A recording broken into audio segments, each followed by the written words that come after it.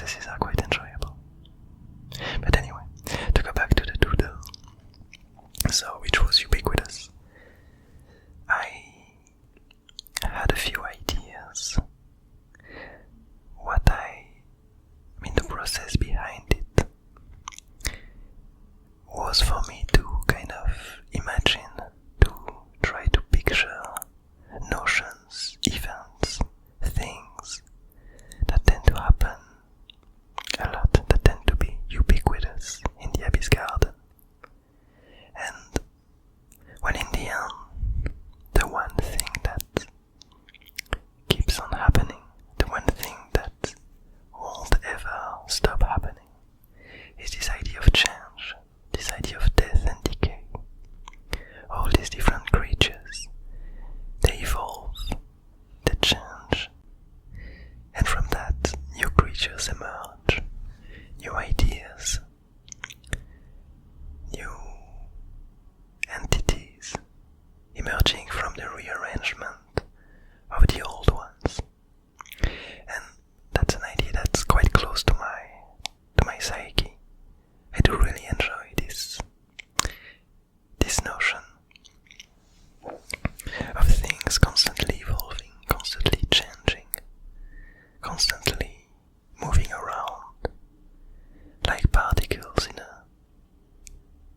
infinite sea, like tiny entities moving around in the abyss.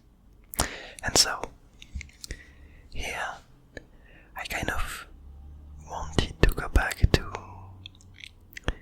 the peaceful demon that we saw last time on the Doodle that I made for my first commission.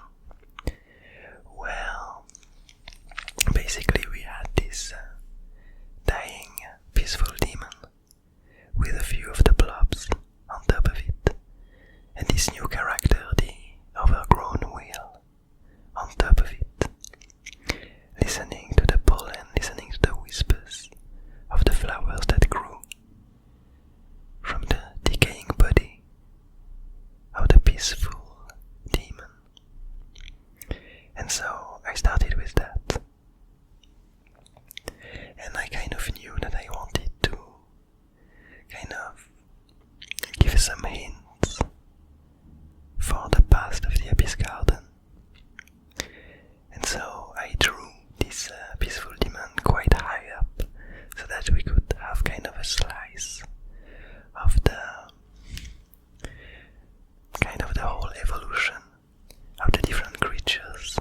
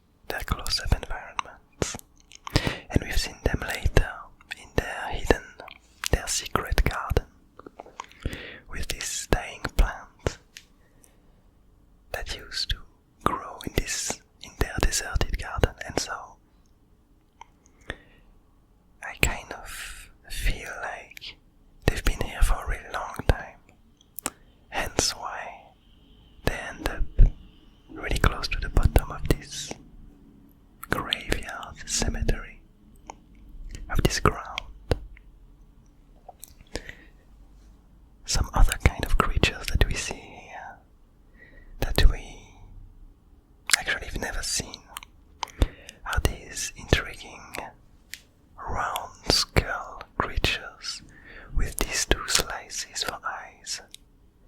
They appear quite a few times in this underground, and to me it really begged the question as to what they were, because they seem to be here since a really long time, maybe even before these pig-like creatures, because we see one at the very bottom, and on the right we see a hint of a very big one.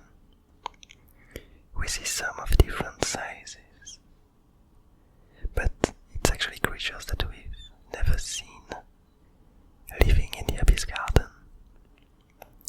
We've never seen any of them, they were never portrayed. And it really brings some ideas for the future.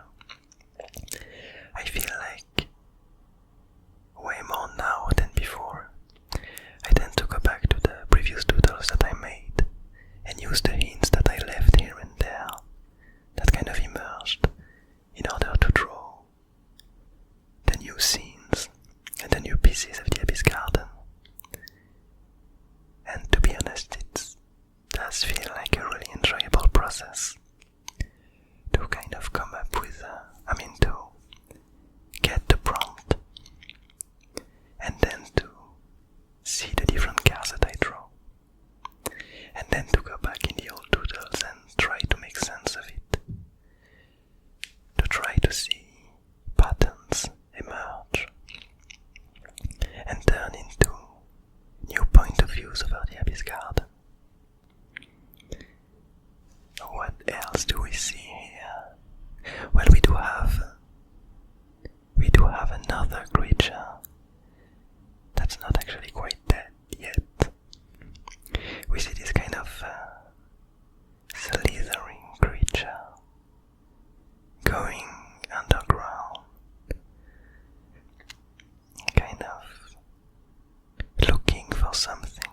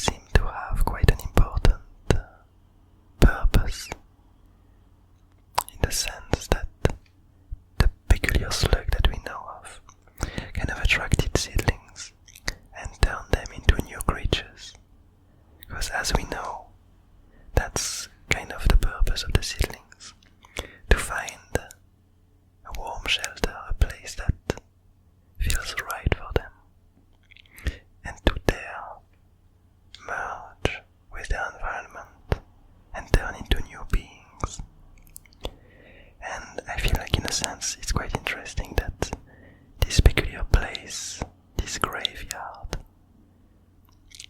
kind of goes in a different direction, in the sense that these very old skulls, these very old creatures, they haven't been really repurposed.